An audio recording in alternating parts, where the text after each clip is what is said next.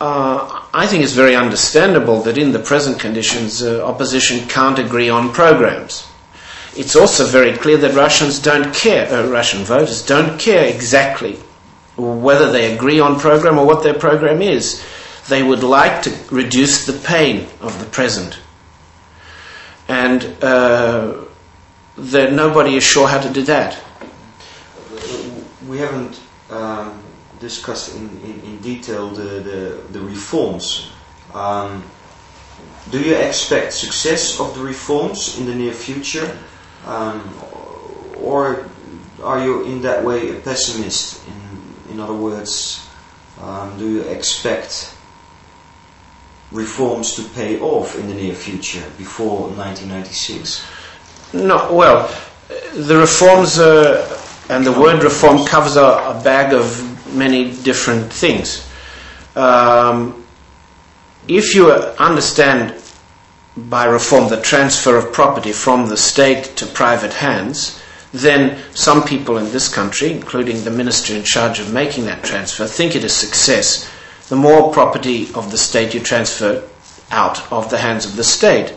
If you regard reform as simply achieving a low rate of inflation, then the government announces this is success. In the short term, you define reform in a certain way, you'll get success in a short term. By almost any other standard, the short term and the long term prospects look very different. What has reform achieved? It's concentrating property in a small number of hands which are not productive hands. Are we on? Do we want to?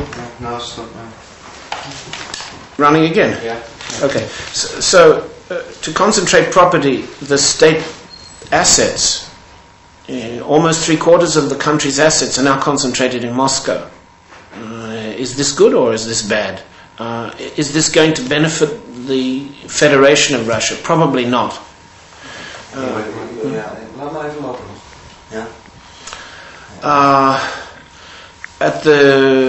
In the short term, to reduce the rate of inflation, but to create 10 million unemployed, or between 10 and 15 million unemployed, is that a success? Of course, it depends entirely on where you are in the economy. And then more fundamental questions. What did reform begin to do at the beginning, and what's it achieved now? It took the view that Russia must very quickly move from one system that took more than 70 years to create into something like a model of the economies of the Western Europe. At the same time, it deregulated prices.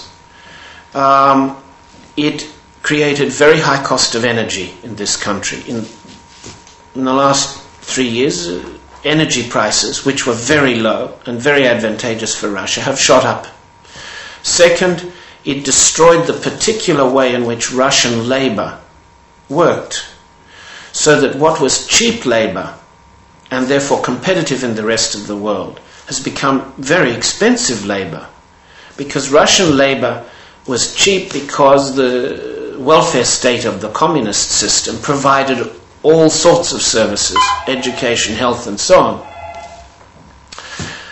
Provided all sorts of services without it going through the cash system, through the salary system. Now what do you have now?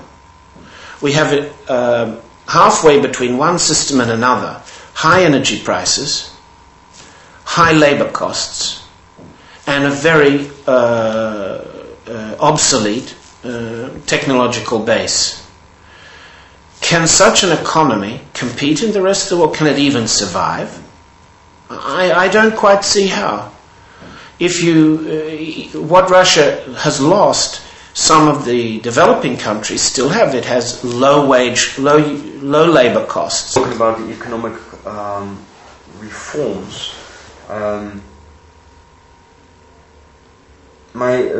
I would like to go back.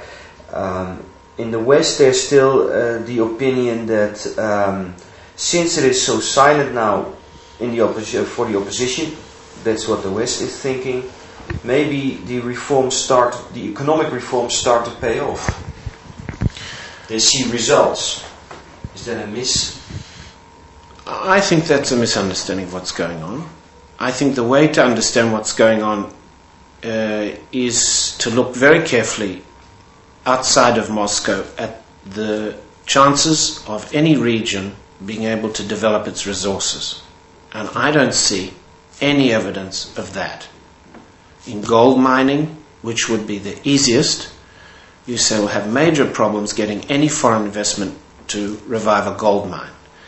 In oil sector, everybody's in the West thought that it would be relatively easy to revive the Russian oil sector. This is not happening.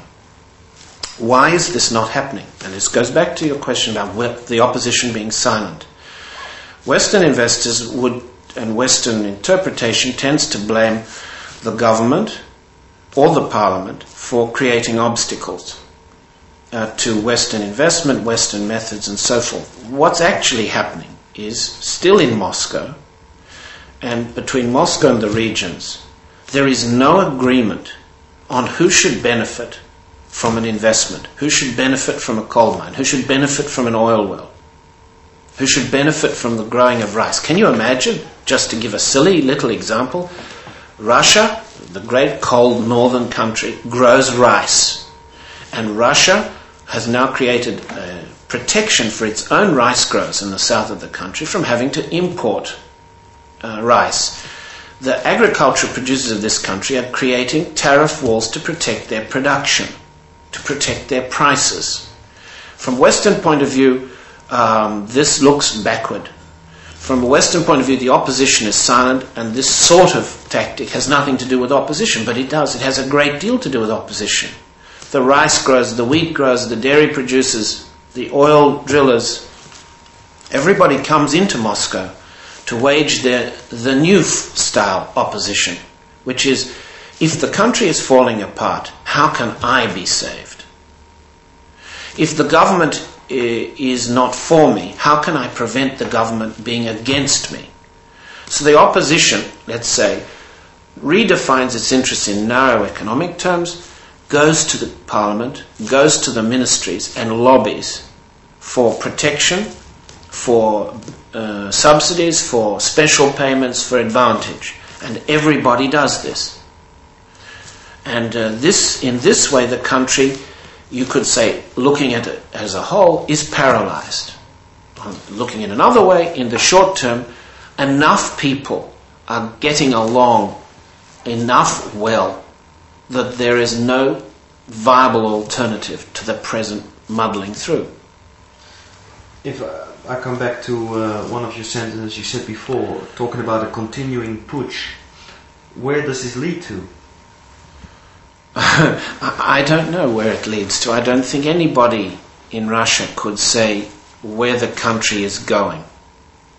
I think it would be extremely unwise, and since I'm not Russian, I can't utter patriotic statements. This is a country which for some years now has lost its sense of its national interest. For many people, this is a big improvement. For Russians, it's a grievous loss. And for the time being, there is no national consensus here. So, economic groups, patriotic groups, government, opposition, parliament must contend with each other outside the framework of the law to see what are the conditions of minimum restoration of the country they call Russia. And I don't think it's possible to predict how this combination or recalculation will result. I don't think Russia will pull apart. Why? Because basically the peripheral regions are far too weak and far too dependent on the center to unilaterally secede. I don't think that Western powers, or Japan, or China, or Turkey, or Iran would be wise or would calculate they could have an advantage by, let's say, reclaiming parts of the former Russian Empire and reintegrating them in another national sovereign network.